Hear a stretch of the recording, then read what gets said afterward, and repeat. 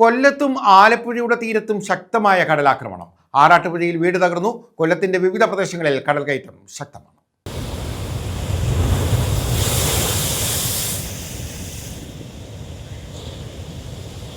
കൊല്ലം ജില്ലയിലെ ആലപ്പാടും ആലപ്പുഴ ജില്ലയിലെ ആറാട്ടുപുഴയിലും കടലാക്രമണം ശക്തമാണ്.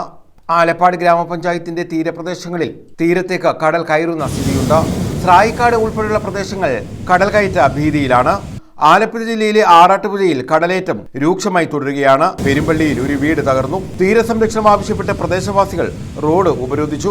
വലിയഴീക്കൽ, പെരുമ്പള്ളി, കാർത്തിക ജംഗ്ഷൻ എന്നിവിടങ്ങളിലാണ് കടലേറ്റം ദുരിതം വിതച്ചത്. പെരുമ്പള്ളി പറത്തറയിൽ കുഞ്ഞുമോന്റെ വീടാണ് കടൽക്ഷോഭത്തിൽ തകർന്നത്.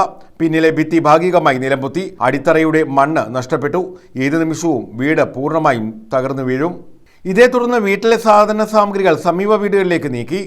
ഭീഷണി ശക്തമായ സാഹചര്യത്തിൽ മണൽച്ചാക്കടിക്ക് വീട് സംരക്ഷിക്കാനുള്ള അവസാന ശ്രമവും ഫലം കണ്ടില്ല. മാത്തേരിൽ രതീഷിന്റെ ഉൾപ്പെടെയുള്ള വീടുകൾ അപകട ഭീഷണിയിലാണ്. ഹതഭാഗ്യരായ മത്സ്യത്തൊഴിലാളികൾ മാത്രം താമസിക്കുന്ന ഈ പ്രദേശത്തേക്ക് എല്ലാ വ്യത്യസ്തരായ രാഷ്ട്രീയ പാർട്ടിക്കാരും യാതൊരുവിധമായ സഹായങ്ങളും ചെയ്യാതെ ഹതഭാഗ്യരായ ഇവരെ നോക്കി ഇവരുടെ അരികിലേക്ക് എത്താതെ കണ്ണുനീർ വാർത്ത് കഴിയുന്ന ദുരവസ്ഥയാണ് ഇവിടെ കാണാൻ കഴിയുന്നത്. ചെറുക്കൂട്ടിയതൊക്കെ കടലിലേക്ക് പോയിക്കൊണ്ടിരിക്കുകയാണ്. ഓരോ നിമിഷവും മാറി മാറുന്ന ഭരണകർത്താക്കൾ ഓരോരുത്തരായി നൽകുന്ന ഓരോ വിഷയങ്ങൾ മാത്രമാണ് ഇവർക്ക് മാത്രം പ്രതിഫലമായിട്ടുള്ളത്.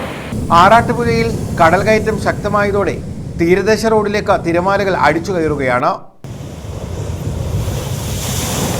News bureau, Kayamkulam.